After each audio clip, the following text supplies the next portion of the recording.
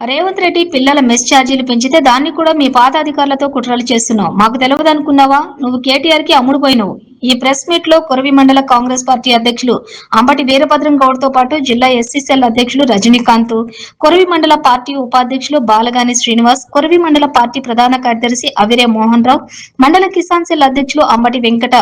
నారాయణ, కొరవి మండల Congress party youth నాయకులు దయ్యాల శ్రీధర్, దయ్యాల మనోజ్, కటకం నిరంజన్ తదితరులు పాల్గొన్నారు. సాంఘిక సంక్షేమ శాఖలో పనిచేసిన సాంఘిక శాఖ కమిషనర్గా పనిచేసిన ఆర్ఎస్ ప్రవీణ్ కుమార్ తనేదో దేశాన్ని ఉద్ధరించే విధంగా, ఈ రాష్ట్రాన్ని ఏదో సాధించే విధంగా ఒక ప్రాంతీయ పార్టీని పెట్టి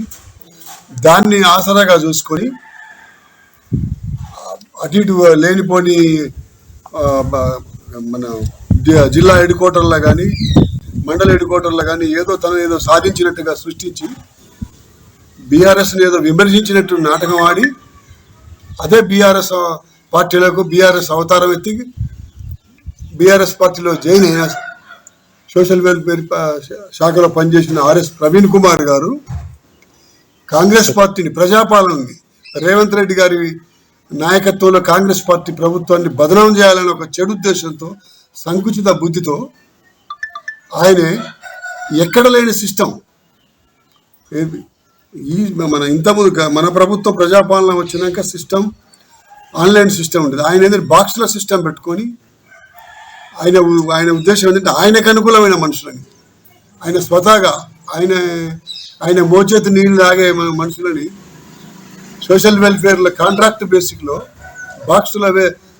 పేర్లు ఆయనకు అనుకూలమైన వాళ్ళని రాసి ఎవరైనా అప్లై చేసుకున్న వాళ్ళని తీసుకోకుండా ఆ బాక్స్లో ఆయనకు సంబంధించిన వ్యక్తులను పెట్టుకొని ఆయన ఏ విధంగా చేయాలంటే ఆ విధంగా పెట్టుకొని అదే కాంట్రాక్ట్ బేసిక్లో ఇప్పుడు గురుకుల హాస్టల్ని బదనాం చేయాలి, కాంగ్రెస్ పార్టీని బదనాం చేయాలనేది ఇప్పుడు మన రేవంత్ రెడ్డి గారి ప్రభుత్వం వచ్చినాక డైటు వాళ్ళకు ఫుడ్ విషయంలో పర్సంటేజ్ మెస్ ఛార్జీలు పెంచినా కూడా ఆ క్రెడిట్ రేవంత్ రెడ్డి గారికి కానీ కాంగ్రెస్ పార్టీకి రాకుండా ఒక దురుద్దేశంతో, పార్టీని బదనాం చేసే ఆలోచనతో అక్కడక్కడ ఆయన మనుషులతోటి హాస్టళ్ళల్లో ఆయనకున్న చెడు అలవాట్ల వల్ల, ఆయనకున్న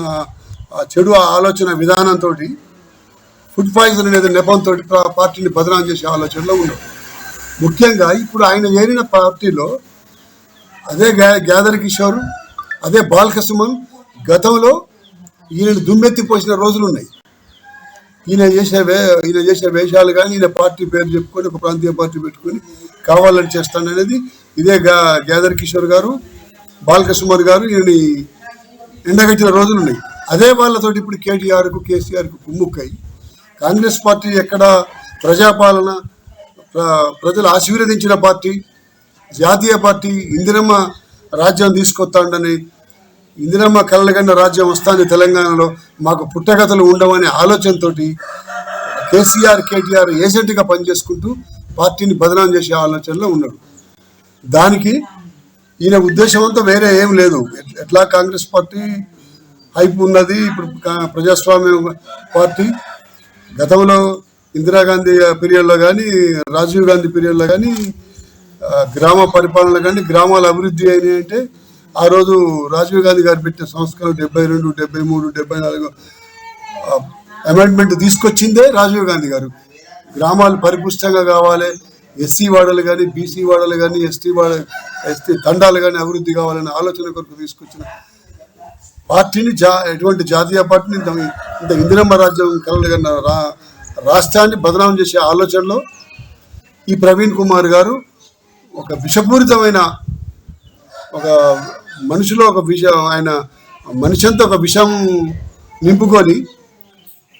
ప్రజలకు ఎట్లాగూ కాంగ్రెస్ పార్టీ రేవంత్ రెడ్డి గారిని బదనాం చేయాలనే ఆలోచనలు చేస్తాండే. కాబట్టి ప్రజలు అన్ని ఈయన చేసే చెడు కానీ, ఈయన మీద ఈయనకున్న అలవాట్ల విషయంలో కానీ, ఈయనని నమ్మే పరిస్థితుల్లో కూడా తెలంగాణ ప్రజలు లేరు.